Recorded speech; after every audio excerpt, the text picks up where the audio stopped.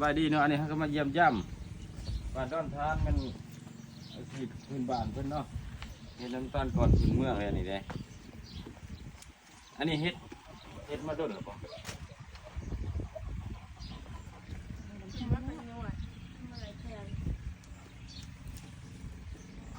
ตัวมันบ่ เฮ็ ตัว ด มั มาน หลายปีหรือเปล่า เห็ดลายปีให้เห็ดมา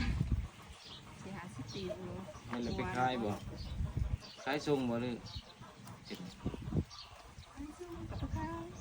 จับได้บ่ ได้ เฮียครับผม สวยงามครับ นี่ก็วิธีการต้มเนาะ พิ่เนาะ ขั้นตอนการเห็ด ต้มมันนี่ที่มันต้มเบิดมือเลยพี่จ้ะ บ่ประมาณ3 ชั่วโมง แล้วก็ทา เนาะ หม้อ ประมาณ3 ชั่วโมงคือสิได้ติฮอดบ่